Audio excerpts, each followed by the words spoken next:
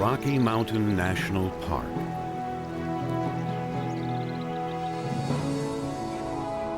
Preserving over 400 square miles of spectacular scenery.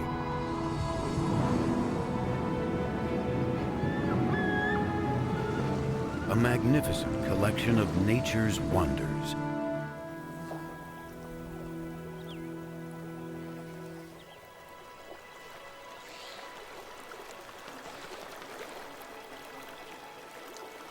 A powerful testament to diversity.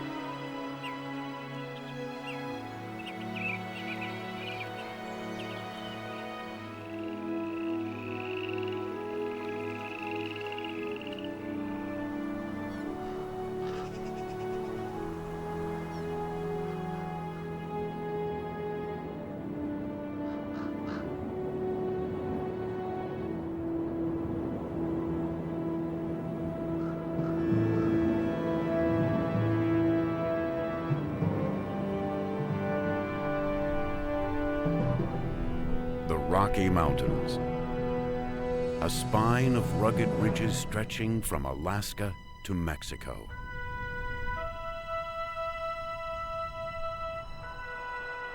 Created by powerful uplifts and worn down by ice and water over millions of years, these broad valleys and steep canyons are continually eroded by the endless rush of water.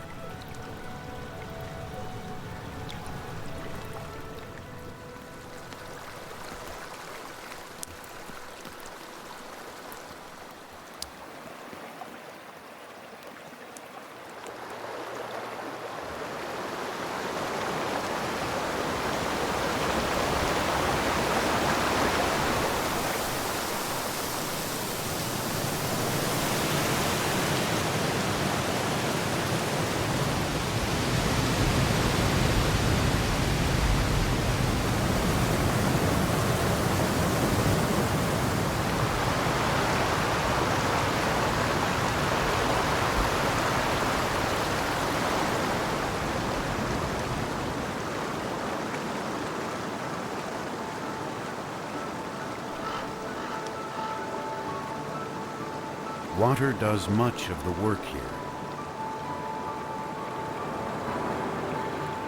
An ever-changing natural quarry, never at rest.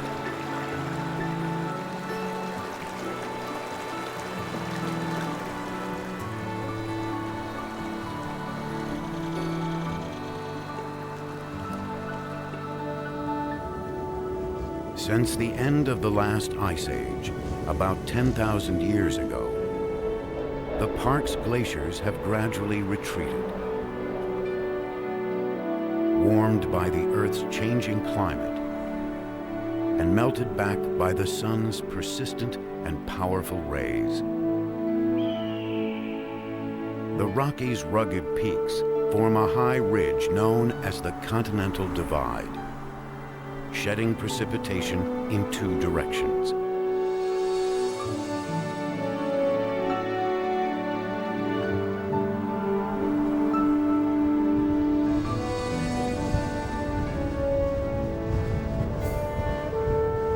Snow melt from the east side travels towards the distant Atlantic.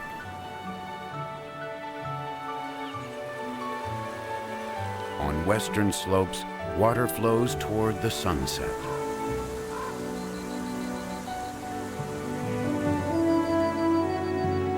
Here, the headwaters of the mighty Colorado River begin their long journey to the Pacific.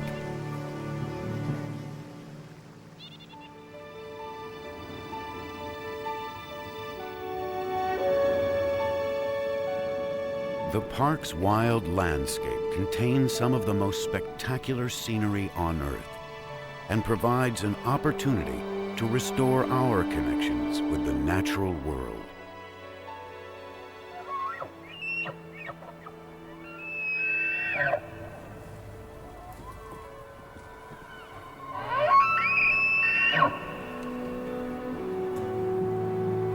This is a land of extremes,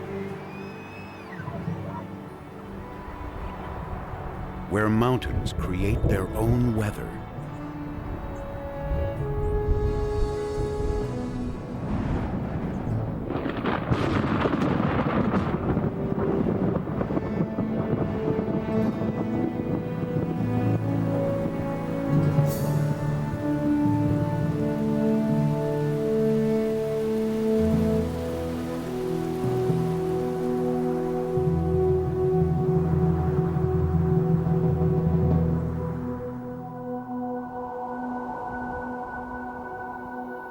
Nature weaves an intricate web of life among all things.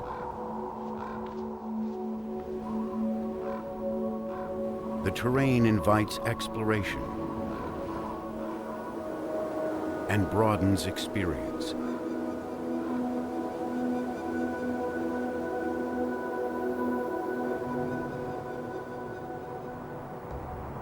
At higher elevations, the spirit of the mountain prevails and offers awe and inspiration.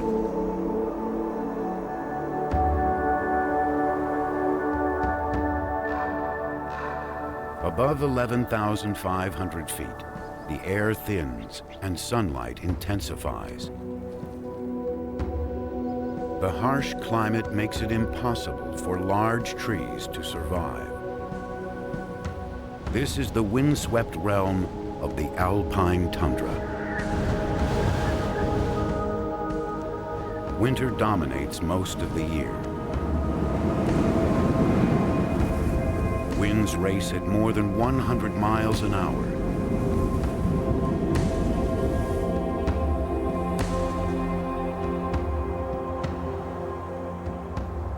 Deep snows and sub-freezing temperatures give way to a pleasant but brief summer. This high alpine environment is a wondrous expression of life at altitude.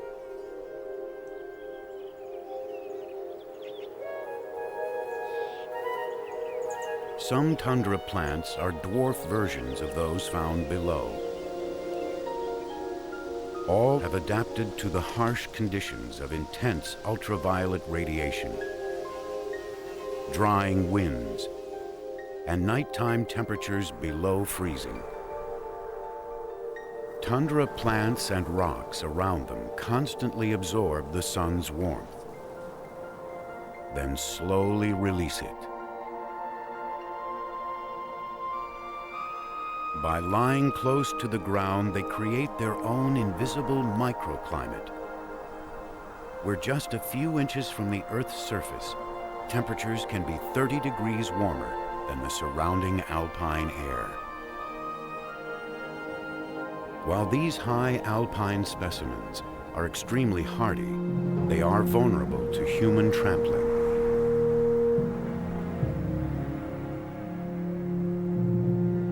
For at least 10,000 years, humans have been a part of this natural landscape. Paleo-Indians began their trail of human history, leaving behind scattered signs of their culture. Later, the Ute traveled through this region, living off the land as early as 6,000 years ago. Ute traditions speak of the creator, Sinewa, who told them, "I will place you high in the mountains so that you will be close to me." Arapahoes arrived in this region in the mid-1800s. They tell stories of a great spirit called the Man Above, who made these mountains to separate them from their enemies.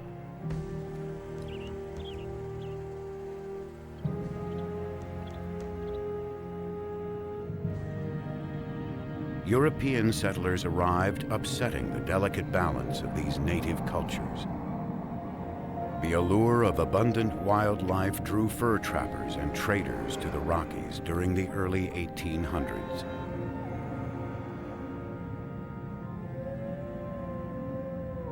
Wolves and grizzly bears were so aggressively hunted that their populations would never recover here.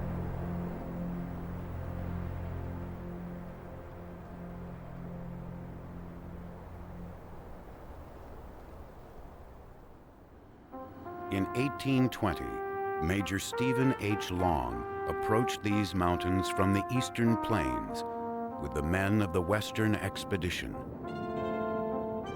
Among the peaks Long mistook for clouds upon his first inspection was the same mountain that would one day bear his name. Some 50 years later, famed geographer and scientist John Wesley Powell led the first recorded expedition to the summit of Long's Peak. English traveler and writer Isabella Bird did not consider herself a mountaineer by any stretch.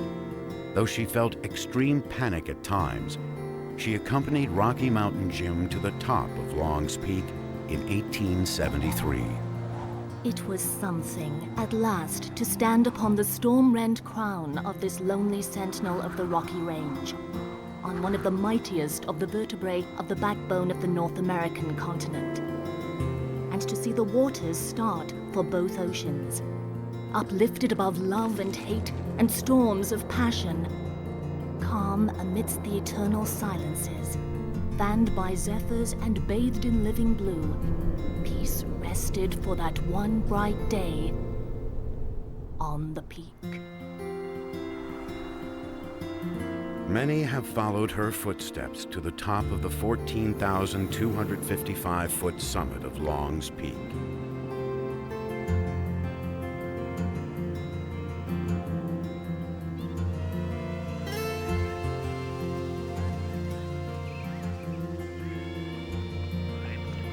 By the 1870s, the land was opened to homesteading. Loggers and miners, followed by dude ranchers, came seeking a livelihood from nature's bounty. Prospectors and miners searched the expanse of these mountains for gold and silver. Ambitious miners would soon find out that these mountains offered more hardship than gold. Very little was ever found. Now only ghosts stake their claims in towns like Gaskell and Lulu City.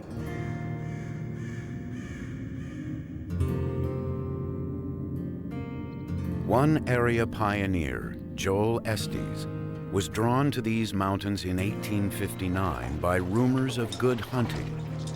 He raised cattle and sold deer and elk meat to the markets in Denver. In 1864, a Denver newspaper man bestowed the name Estes Park upon this area.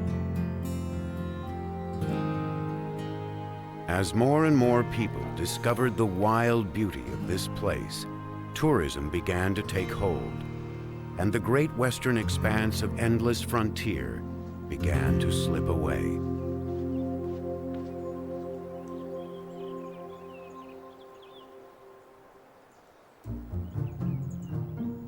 Around 1900, a national conservation movement captured the nation's attention.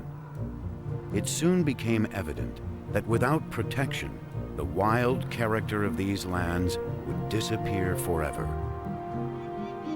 Locally, naturalist Enos Mills took up the cause for protecting and preserving this spectacular scenery. Along with many local supporters, Mills championed the cause to have this portion of the Rocky Mountains designated as a national park. The creation of the park in 1915 made Rocky Mountain one of the earliest national parks in America.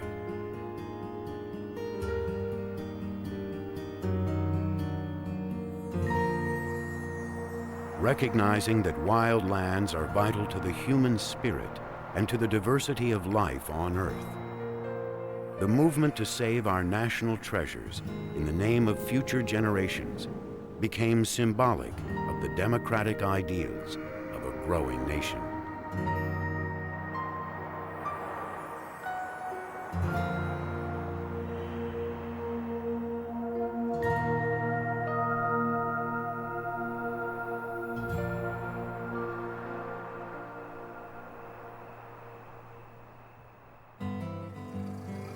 As the automobile became more common, roads were built to accommodate the wave of early visitors.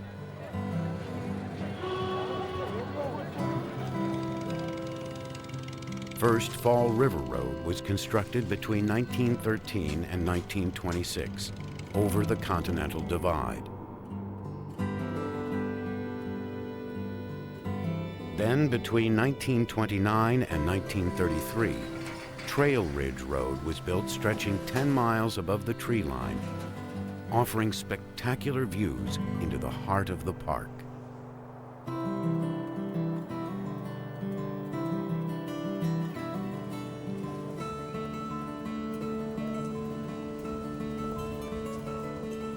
Visitors are drawn to the park for the magnificent scenery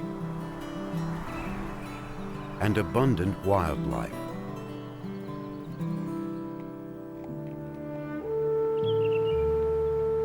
Bighorn sheep and elk, following instinctual urges, migrate across the Rockies from season to season.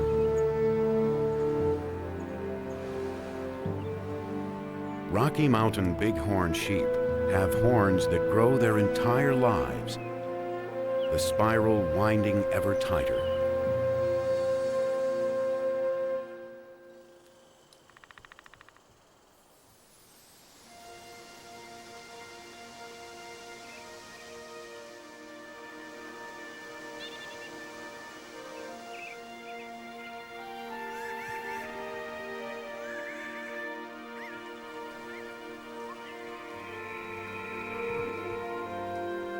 Each fall, Rocky Mountain elk make their presence known. Crashing antlers and bugle calls announce the breeding season, known as the rut, when bull elk compete for the right to mate with females.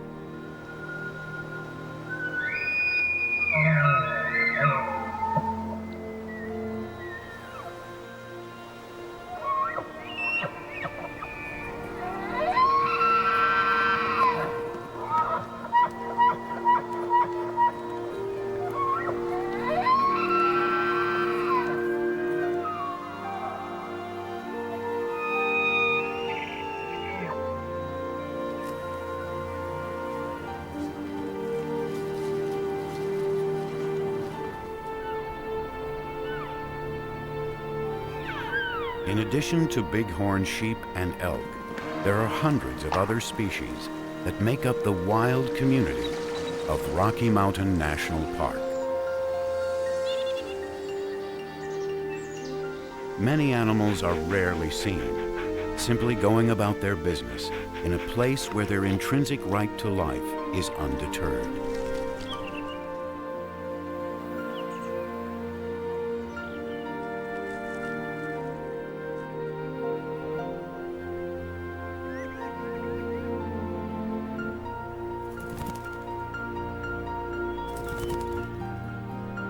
To travel these wandering paths, to glimpse firsthand wildlife and wild lands, brings us closer to their spirit and provides us with an uncommon perspective. Rocky Mountain National Park offers the special gift of adventure and awareness. Whether pursuing the challenges of rugged alpine trails or following the gentle meandering paths below, each person gains the good tidings of these mountains and discovers a personal perspective different from their everyday life. Today's travelers to Rocky Mountain National Park join an enduring human procession across time and place.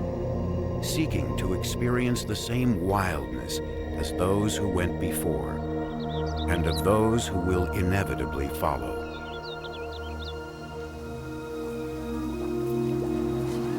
Here we discover our connections with the eternal rhythms and patterns of nature, preserved with the help of our continued stewardship as Rocky Mountain National Park.